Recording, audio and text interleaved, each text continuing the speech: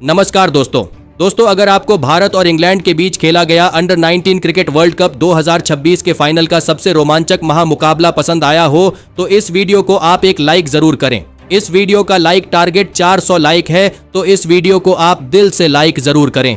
दोस्तों, under 19 cricket world cup 2026 के final के सबसे रोमांचक महामुकाबले में क्रिकेट इतिहास की दो सबसे बड़ी टीमें एक दूसरे से भिड़ी। आयुष म्हात्रे की भारतीय टीम के सामने इस बार थॉमस रिव की इंग्लैंड की टीम खड़ी थी। इस रोंगटे खड़े कर देने वाले महामुकाबले में भारतीय टीम ने टॉस जीता और पहले बल्लेबाजी का फैसला लिया और इंग्लैंड की टीम को पहले गेंदबाजी के लिए आमंत्रित किया। उसके बाद रनों की बारिश करने के इरादे से भारतीय टीम के दो दिग्गज ओपनर बल्लेबाज मैदान में उतरे। एरॉन जॉर्ज और ताबड़तोड़ बल्लेबाजी के लिए माने जाने वाले वैभव सूर्यवंशी के कंधों पर इस महामुकाबले में अपनी टीम को एक विस्फोटक ओपनिंग शुरुआत दिलाने की बहुत ही बड़ी जिम्मेदारी थी। तो वहीं इंग्लैंड की टीम की तरफ से पारी की शुरुआत करने और पहला ओवर डालने सेबेस्टियन मॉर्गन आए थे, लेकिन सेबेस्टियन मॉर्गन ने अपने इस ओवर में बहुत ही नियंत्रित गेंदबाजी की। लेकिन इसके बावजूद इस ओवर की चौथी गेंद पर एरॉन जॉर्ज ने एक शानदार चौका एक्स्ट्रा कवर की तरफ लगा दिया। लेकिन अब इस पारी के दूसरे ओवर में एलेक्स ग्रीन गेंदबाजी पर आए थे, लेकिन एलेक्स ग्रीन के इस ओवर में वैभव सूर्यवंशी ने अपना बल्ला चलाया और एक जबरदस्त चौका इस ओवर में लगा दिया। शुरुआत से ही भारतीय टीम की यह ओपनिंग जोड़ी खतरनाक फॉर्म में नजर आ रही थी, लेकिन अब इस पारी के तीसरे ओवर में फिर एक बार सेबेस्टियन मॉर्गन गेंदबाजी पर आए थे। लेकिन सेबेस्टियन मॉर्गन के भी इस ओवर में वैभव सूर्यवंशी को लेग साइड की तरफ एक महत्वपूर्ण चौका मिल चुका था। शुरुआत से ही इंग्लैंड के कप्तान थॉमस रिव की परेशानियां बढ़ती हुई नजर आ रही थीं। भारतीय टीम की यह ओपनिंग जोड़ी हर एक ओवर के बाद और भी ज्यादा मजबूत होती जा रही थी। अब इस पारी के चौथे ओवर में एलेक्स ग्रीन गेंदबाजी पर आए थे, लेकिन एलेक्स ग्रीन के इस ओवर की तीसरी ही गेंद पर एरॉन जॉर्ज के बल्ले का कमाल देखने को मिला, जहां पर एरॉन जॉर्ज ने एक खूबसूरत चौका इस ओवर में लगा दिया था। लेकिन इसी ओवर की आखिरी गेंद पर एक और चौका लगाने की कोशिश में एरॉन जॉर्ज बेन मायर्स के हाथों कैच आउट हो गए। एरॉन जॉर्ज इस मुकाबले में 11 गेंद में 9 रन बनाकर आउट हो गए थे। पारी के चौथे ही ओवर में भारतीय टीम की ओपनिंग साझेदारी के टूटने के बाद अब बल्लेबाजी के लिए भारतीय टीम के कप्तान आयुष म्हात्रे आए थे, लेकिन वैभव सूर्यवंशी अभी भी अपने ही अंदाज में बल्लेबाजी करते हुए दिख रहे थे। उन्होंने विकेट लेने वाले एलेक्स ग्रीन को उनके अगले ही ओवर में एक कमाल का छक्का लगा दिया था। तो वही नए बल्लेबाज और भारतीय टीम के कप्तान आयुष म्हात्रे ने भी सेबेस्टियन मॉर्गन के खिलाफ मैदान की तरफ एक जबरदस्त चौका लगाकर अपना खाता खोला था। लेकिन अब इस पारी का 8वां ओवर डालने का फैसला मैनी लम्सन ने लिया था, लेकिन मैनी लम्सन के इस ओवर की आखिरी 3 गेंदों पर आयुष म्हात्रे ने अपने बल्ले की ताकत दिखाते हुए 2 चौके और एक आसमानी छक्का लगाकर इस एक ही ओवर से 15 रन बना लिए। अब दोनों ही छोरों से भारतीय टीम के यह नौजवान बल्लेबाज इंग्लैंड की गेंदबाजी पर हमला करते हुए नजर आ रहे थे। पारी के 9वें ओवर में गेंदबाजी पर आए जेम्स मिंटो के खिलाफ भी वैभव सूर्यवंशी ने एक बहुत ही लंबा छक्का मिड विकेट के ऊपर से लगा दिया था। तो वहीं इसी ओवर में आगे सूर्यवंशी ने 3 गजब के चौके इस ओवर में लगा दिए थे। जेम्स मिंटो का यह ओवर 18 रन भारतीय टीम को देकर गया था, लेकिन अब इस पारी का 10वां ओवर डालने आए मैनी लम्सन के खिलाफ भारतीय कप्तान आयुष म्हात्रे ने बल्ला चलाया और 2 बैक टू बैक चौके इस ओवर में लगा दिए। देखते ही देखते आयुष म्हात्रे और वैभव सूर्यवंशी की 50 रनों की एक ताबड़तोड़ अर्धशतकीय साझेदारी पूरी हो चुकी थी। इंग्लैंड का हर एक गेंदबाज दबाव में था। पारी के 10 ओवरों के बाद भारतीय टीम का स्कोर एक विकेट के नुकसान पर 79 रन था। तो वही पारी के 11वें ओवर में गेंदबाजी पर आए फरहान अहमद के खिलाफ भी अपनी ताकत का पूरी तरह इस्तेमाल करते हुए वैभव सूर्यवंशी ने एक कमाल का छक्का लगा दिया। तो वहीं इसी ओवर में केवल 32 गेंद पर वैभव सूर्यवंशी ने अपना इस मुकाबले का एक धमाकेदार अर्धशतक भी पूरा कर लिया। इंग्लैंड का हर एक गेंदबाज अब दबाव में दिख रहा था। भारतीय टीम की इस खतरनाक साझेदारी का कोई भी जवाब इंग्लैंड की गेंदबाजी और उनके कप्तान के पास नहीं था। वैभव सूर्यवंशी और कप्तान आयुष म्हात्रे की यह साझेदारी फाइनल के इस बड़े मौके पर अपनी टीम के लिए एक बहुत ही बड़ा कारनामा करके दिखा रही थी। पारी के 15वें ओवर में गेंदबाजी पर आए फरहान अहमद के इस ओवर की पहली 2 गेंद पर वैभव सूर्यवंशी ने 2 लगातार छक्के इस गेंदबाज के खिलाफ लगा दिए थे। देखते ही देखते इन दोनों की यह साझेदारी अब 100 रनों का आंकड़ा पार कर चुकी थी। इंग्लैंड के कप्तान थॉमस रिव बहुत ही ज्यादा दबाव में दिख रहे थे। किसी भी हालत में इस साझेदारी को तोड़ना अब इंग्लैंड की गेंदबाजी के लिए लाजमी हो चुका था। लेकिन वैभव सूर्यवंशी कुछ अलग ही इरादों के साथ इस मुकाबले में बल्लेबाजी कर रहे थे। पारी के 17वें ओवर में गेंदबाजी पर फिर एक बार आए फरहान अहमद के खिलाफ एक ही ओवर में वैभव सूर्यवंशी ने 1 चौका और 3 हैरान करने वाले छक्के लगाकर इस ओवर से 22 रन बना लिए थे। फरहान अहमद को खास करके वैभव सूर्यवंशी अपना शिकार बना रहे थे, लेकिन अब वैभव सूर्यवंशी अपने शतक के काफी नजदीक पहुंच चुके थे। लेकिन इसी बीच उनके साथ बल्लेबाजी कर रहे और भारतीय टीम के कप्तान आयुष मात्रे ने पारी के 19वें ओवर में एलेक्स ग्रीन के खिलाफ 1 चौका और एक धमाकेदार छक्का लगाते हुए अपना इस मुकाबले का एक कमाल का अर्धशतक पूरा कर लिया। लेकिन उसकी अगली ही गेंद पर एक और बड़ा शॉट खेलने के चक्कर में कप्तान आयुष म्हात्रे बेन मायर्स के हाथों कैच आउट हो गए। भारतीय कप्तान आयुष म्हात्रे इस मुकाबले में 51 गेंद में 53 रनों की एक शानदार कप्तानी पारी खेलकर आउट हो गए थे। एलेक्स ग्रीन ने भारतीय टीम की 142 रनों की एक विशाल साझेदारी को तोड़ दिया था।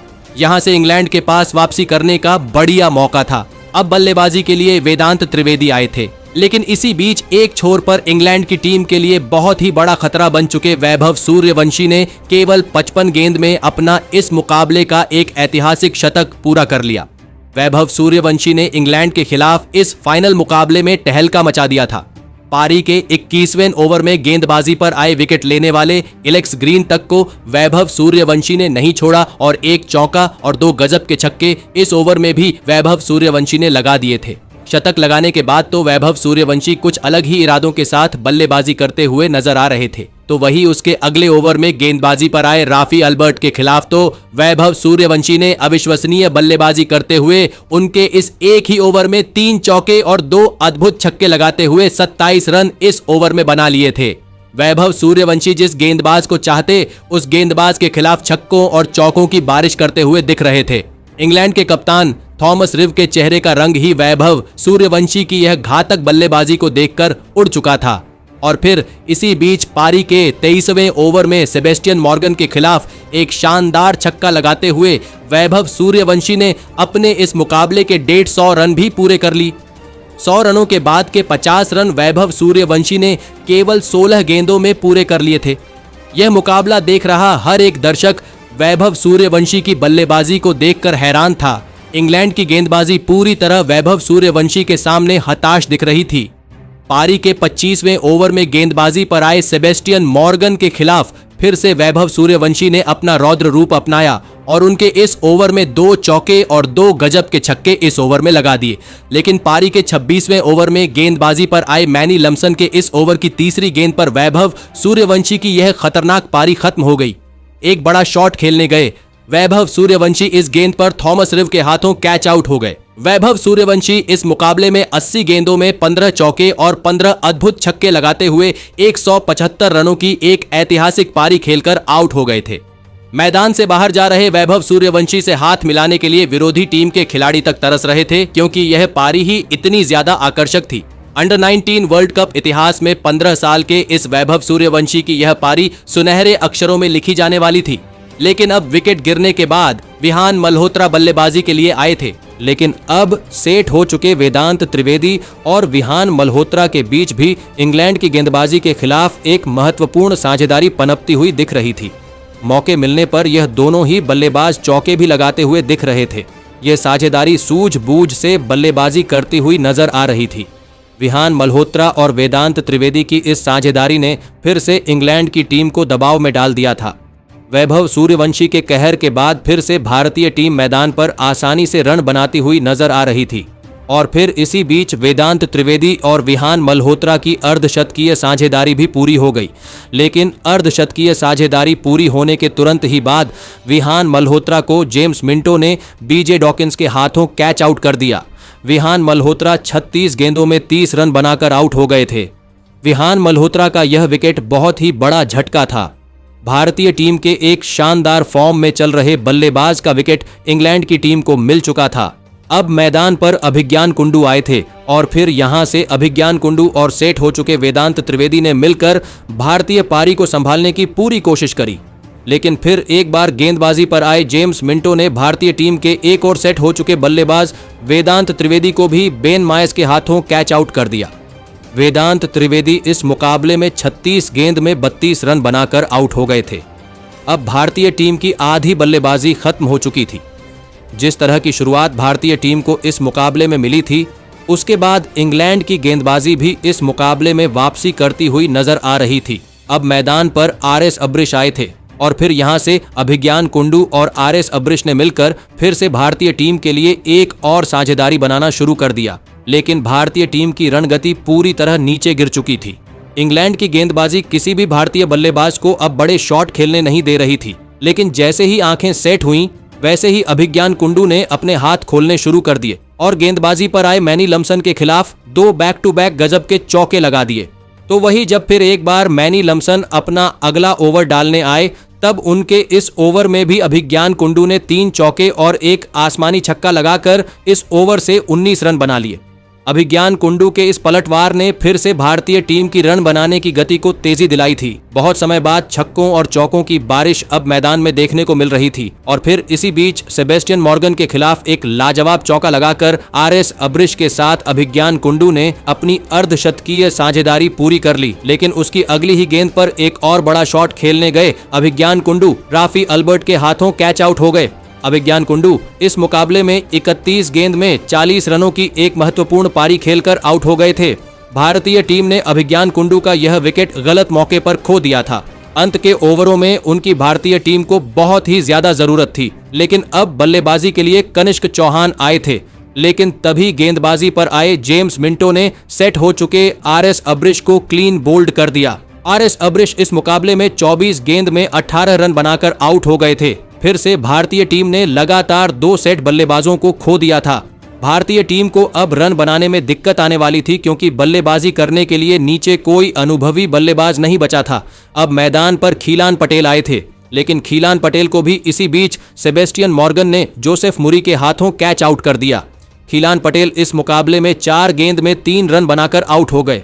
अब भारतीय टीम के पास 2 ही विकेट बचे थे। एक समय पर 450 रन आसानी से हासिल करती दिख रही भारतीय टीम के 400 रन बनाने भी अब मुश्किल लगने लगे थे। अब मैदान पर हेनिल पटेल आए थे, लेकिन अंत में कनिष्क चौहान भारतीय टीम के लिए कुछ अनमोल रन बनाते हुए दिख रहे थे। लेकिन पारी के 49वें ओवर में उनके साथ बल्लेबाजी कर रहे हेनिल पटेल रन आउट हो गए। हेनिल पटेल इस मुकाबले में 7 गेंद में 5 रन बनाकर आउट हो गए थे। अब भारतीय टीम के अंतिम विकेट के रूप में दीपेश देवेंद्रन बल्लेबाजी के लिए आए थे। लेकिन इस पारी के आखिरी ओवर में कनिष्क चौहान के बल्ले का जादू चला और इस अंतिम ओवर में 2 चौके और एक गजब का छक्का लगाते हुए इस आखिरी ओवर से 18 रन भारतीय टीम को मिल गए। और इसी के चलते भारतीय टीम ने 411 रनों का एक ऐतिहासिक और सबसे बड़ा लक्ष्य इंग्लैंड की टीम के आगे इस फाइनल मुकाबले में रखा। उसके बाद भारतीय टीम से मिले 412 रनों के एक सबसे विशाल लक्ष्य का पीछा करने इंग्लैंड के 2 दिग्गज ओपनर बल्लेबाज मैदान में उतरे। बेन डॉकिंस और जोसेफ मुरी के कंधों पर इस महामुकाबले में अपनी टीम को एक विस्फोटक ओपनिंग शुरुआत दिलाने की बहुत ही बड़ी जिम्मेदारी थी। तो वहीं भारतीय टीम की तरफ से इस पारी की शुरुआत करने और पहला ओवर डालने आरएस अब्रिश आए थे। लेकिन आरएस अब्रिश ने अपने इस ओवर में बहुत ही सटीक गेंदबाजी की थी, जिसके चलते एक भी रन इस पहले ओवर से इंग्लैंड की टीम को नहीं मिला था। लेकिन अब इस पारी का दूसरा ओवर हेनिल पटेल डालने आए थे। लेकिन हेनिल पटेल के भी इस ओवर में बहुत ही नियंत्रित गेंदबाजी करी गई और इस दूसरे ओवर से भी एक भी रन इंग्लैंड की टीम को नहीं मिला। पहले दोनों के दोनों ओवर मेडन ओवर साबित हुए थे। तो वही पारी के तीसरे ओवर में गेंदबाजी पर आए आरएस अब्रिश ने भी सिर्फ 2 ही रन अपने इस ओवर में दिए थे। इतने विशाल लक्ष्य का पीछा करते हुए इंग्लैंड की टीम को बहुत ही ज्यादा धीमी शुरुआत मिल चुकी थी, जिसने इंग्लैंड के दोनों ही ओपनर बल्लेबाजों पर दबाव बढ़ा दिया था। लेकिन अब इस पारी का चौथा ओवर हेनिल पटेल डालने आए थे। लेकिन हेनिल पटेल के इस ओवर में जोसेफ मुरी ने लगातार 3 चौके लगाकर चौकों की हैट्रिक इस ओवर में लगा दी थी। तो वही उसके अगले ओवर में गेंदबाजी पर आए आरएस अब्रिश के इस ओवर की चौथी गेंद पर भी जोसेफ मुरी ने स्क्वायर लेग की तरफ एक लाजवाब चौका लगा दिया था। लेकिन उसकी अगली ही गेंद पर आरएस अब्रिश ने ताबड़तोड़ बल्लेबाजी कर रहे जोसेफ मुरी को क्लीन बोल्ड कर दिया। जोसेफ मुरी इस मुकाबले में 16 गेंद में 17 रन बनाकर आउट हो गए थे। पारी के 5वें ही ओवर में इंग्लैंड की ओपनिंग साझेदारी के टूटने के बाद अब बल्लेबाजी के लिए शानदार फॉर्म में चल रहे बेन मायस आए थे, लेकिन भारतीय टीम की तेज गेंदबाजी इस मुकाबले में बहुत ही ज्यादा घातक प्रदर्शन करती हुई नजर आ रही थी, जिसने इंग्लैंड के बल्लेबाजों को पूरी तरह से बांधे रखा था। लेकिन तभी पारी के 8वें ओवर में गेंदबाजी पर आए हेनिल पटेल के खिलाफ बेन डॉकिंस ने 4 गजब के चौके एक ही ओवर में लगा दिए थे। तो वही उसके अगले ओवर में नए बल्लेबाज बेन मायस ने भी अपने शानदार फॉर्म का इस्तेमाल करते हुए आरएस अब्रिश के खिलाफ 2 चौके लगा दिए थे। अब एक महत्वपूर्ण साझेदारी इंग्लैंड की टीम के लिए बनती हुई नजर आ रही थी। बेन मायस और बेन डॉकिंस अब भारतीय कप्तान आयुष म्हात्रे को परेशानी में डालते हुए नजर आ रहे थे। पारी के 10वें ओवर में गेंदबाजी पर आए दीपेश देवेंद्रन के खिलाफ भी 2 कमाल के चौके बेन मायस ने लगा दिए थे, जिसके चलते अब 10 ओवरों के बाद इंग्लैंड का स्कोर 1 विकेट के नुकसान पर 64 रन हो चुका था। इंग्लैंड के लिए बेन मायस और बेन डॉकिंस की यह जोड़ी एक अनमोल साझेदारी बना रही थी। गेंदबाजी पर आए खीलान पटेल के खिलाफ भी बेन मायस ने एक ही ओवर में 2 चौके और 1 आसमानी छक्का लगा दिया था। देखते ही देखते इन दोनों की अर्धशतकीय साझेदारी भी पूरी हो चुकी थी। भारतीय टीम की गेंदबाजी अब एक बहुत ही बड़ी मुसीबत में थी, लेकिन तभी फिर एक बार अपना अगला ओवर डालने आए खीलान पटेल ने उनके खिलाफ ताबड़तोड़ बल्लेबाजी कर रहे बेन मायस को हेनिल पटेल के हाथों कैच आउट कर दिया। बेन मायस इस मुकाबले में 28 गेंद में 45 रन बनाकर आउट हो गए थे। बेन मायस इंग्लैंड के और इस अंडर 19 वर्ल्ड कप के सबसे ज्यादा रन बनाने वाले और लाजवाब फॉर्म में चल रहे बल्लेबाज थे, जिन पर इस मुकाबले को इतने विशाल लक्ष्य का पीछा करते हुए एक बड़ी पारी की जिम्मेदारी थी। लेकिन उनका यह विकेट अब भारतीय टीम को मिल चुका था। बल्लेबाजी के लिए इंग्लैंड के कप्तान थॉमस रिव आए थे और कप्तान थॉमस रिव ने आते ही एक लाजवाब चौका लगाकर अपना खाता खोला था। तो वही दूसरे छोर से बेन डॉकिंस तो रुकने को तैयार नहीं थे, वह लगातार भारतीय गेंदबाजी पर प्रहार करते जा रहे थे। अब फिर एक बार कप्तान थॉमस रिव और सेट हो चुके बेन डॉकिंस के बीच एक और महत्वपूर्ण साझेदारी बनती हुई नजर आ रही थी। दोनों ही बल्लेबाज इंग्लैंड की रणगति को धीमा नहीं पड़ने दे रहे थे। थॉमस रिव ने तो गेंदबाजी पर आए कनिष्क चौहान के खिलाफ एक ही ओवर में 2 गजब के चौके लगा दिए थे। कनिष्क चौहान को इंग्लैंड के कप्तान थॉमस रिव अपना निशाना बनाते जा रहे थे। फिर एक बार पारी के 18वें ओवर में गेंदबाजी पर आए कनिष्क चौहान के खिलाफ एक चौका और एक गजब का छक्का थॉमस रिव ने लगा दिया था। लेकिन इसी ओवर की आखिरी गेंद पर कनिष्क चौहान ने बाजी मार ली और उनके खिलाफ ताबड़तोड़ बल्लेबाजी कर रहे कप्तान थॉमस रिव को आयुष म्हात्रे के हाथों कैच आउट कर दिया। इंग्लैंड के कप्तान थॉमस रिव 18 गेंद में 31 रनों की जबरदस्त पारी खेलकर आउट हो गए थे। इंग्लैंड के कप्तान का विकेट भारतीय टीम के लिए इस मुकाबले की सबसे बड़ी सफलता थी। इंग्लैंड की टीम अब धीरे धीरे दबाव में दिखने लगी थी। अब बल्लेबाजी के लिए कैलब फॉल्कनर आए थे, लेकिन इस विकेट वाले अगले ओवर में खीलान पटेल के खिलाफ एक लाजवाब छक्का लगाकर शानदार बल्लेबाजी कर रहे बेन डॉकिंस ने अपना इस मुकाबले का एक महत्वपूर्ण अर्धशतक पूरा कर लिया था। तो वही उसके अगले ओवर में कनिष्क चौहान के खिलाफ बेन डॉकिंस ने फिर से अपना बल्ला चलाया था और एक चौका और एक आसमानी छक्का इस ओवर में लगा दिया था। बेन डॉकिंस अब अपनी टीम के लिए एक शानदार पारी खेलते हुए नजर आ रहे थे। लेकिन अब इस पारी के 21वें ओवर में भारतीय टीम के कप्तान आयुष म्हात्रे ने गेंदबाजी का जिम्मा संभाला था और आयुष म्हात्रे ने आते ही कमाल कर दिया और अपने इस ओवर में भारतीय टीम के लिए सबसे बड़ा खतरा बन चुके बेन डॉकिंस को खीलान पटेल के हाथों कैच आउट कर दिया। बेन डॉकिंस इस मुकाबले में 56 गेंद में 66 रन बनाकर आउट हो गए थे। तो वहीं इसी ओवर में विकेट गिरने के बाद बल्लेबाजी करने आए राफी अल्बर्ट एक गलत रन लेने के चक्कर में खीलान पटेल के हाथों रन आउट हो गए थे। राफी अल्बर्ट इस मुकाबले में अपना खाता भी नहीं खोल पाए थे। देखते ही देखते इंग्लैंड की आधी बल्लेबाजी भारतीय टीम की गेंदबाजी ने खत्म कर दी थी। यह फाइनल का महामुकाबला अब इंग्लैंड के हाथ से निकलता जा रहा था। अब बल्लेबाजी के लिए फरहान अहमद आए थे, लेकिन पारी के 22वें ओवर में गेंदबाजी पर आए दीपेश देवेंद्रन ने नए बल्लेबाज फरहान अहमद को अभिज्ञान कुंडू के हाथों कैच आउट कर दिया। फरहान अहमद इस मुकाबले में 2 गेंद में बस 1 रन बनाकर आउट हो गए थे। तो वहीं इसी ओवर में विकेट गिरने के बाद बल्लेबाजी पर आए सेबेस्टियन मॉर्गन को भी दीपेश देवेंद्रन ने अपनी ही गेंद पर कैच आउट कर दिया था। सेबेस्टियन मॉर्गन इस मुकाबले में अपना खाता भी नहीं खोल पाए थे। लगातार 2 ओवरों में इंग्लैंड की टीम ने अपने 4 बल्लेबाजों को खो दिया था। देखते ही देखते इंग्लैंड के 7 विकेट आउट हो चुके थे।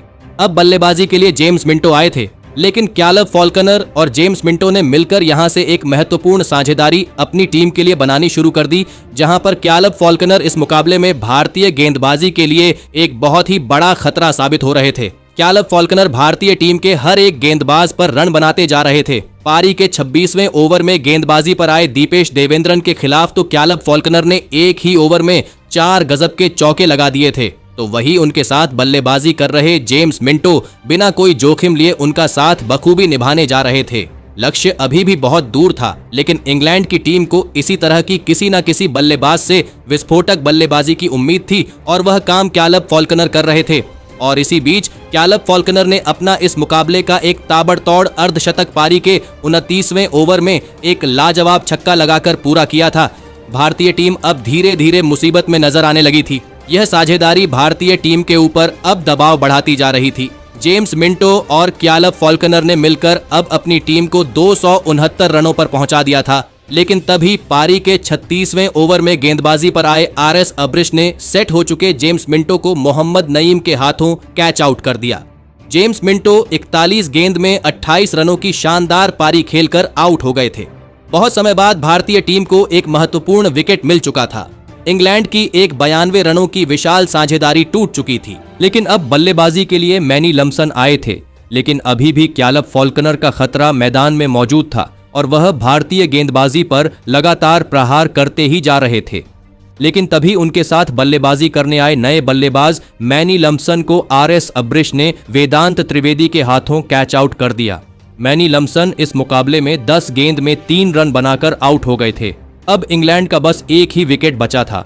भारतीय टीम इस फाइनल महामुकाबले में एक बहुत ही बड़ी जीत हासिल करने से बस एक ही कदम दूर थी। अब बल्लेबाजी के लिए एलेक्स ग्रीन आए थे, लेकिन एक छोर पर लाजवाब और खतरनाक बल्लेबाजी कर रहे कैलब फॉल्कनर ने पारी के 40वें ओवर में गेंदबाजी पर आए विकेट लेने वाले आरएस अब्रिश के खिलाफ एक ही ओवर में 3 गजब के छक्के लगाते हुए इस मुकाबले में एक ताबड़तोड़ शतक कैलब फॉल्कनर ने पूरा कर लिया था। कैलब फॉल्कनर अकेले के दम पर इस मुकाबले में इंग्लैंड की उम्मीदें जगाए बैठे हुए थे, लेकिन पारी के 41वें ओवर में गेंदबाजी पर आए कनिष्क चौहान के इस ओवर की दूसरी गेंद पर कैलब फॉल्कनर फंस गए और खीलान पटेल के हाथों कैच आउट हो गए। और इसी के साथ भारतीय टीम ने इस रोंगटे खड़े कर देने वाले फाइनल मुकाबले में इंग्लैंड की टीम को 100 रनों के बड़े अंतर से हराकर अंडर 19 क्रिकेट वर्ल्ड कप 2026 की भारतीय टीम चैंपियन टीम बन गई है। जी हां दोस्तों, भारतीय टीम ने एक और बार अपना नाम इतिहास में सुनहरे अक्षरों में लिख दिया है। लेकिन दोस्तों, भारतीय टीम को इस वर्ल्ड कप में चैंपियन बनाने के पीछे उनके सबसे युवा बल्लेबाज वैभव सूर्यवंशी का सबसे बड़ा हाथ रहा। जी हां दोस्तों, वह वैभव सूर्यवंशी जो इस समय केवल 15 साल के हैं, उन्होंने इस महामुकाबले में एक ऐसी ऐतिहासिक पारी खेली जिसे सदियों तक याद रखा जाएगा।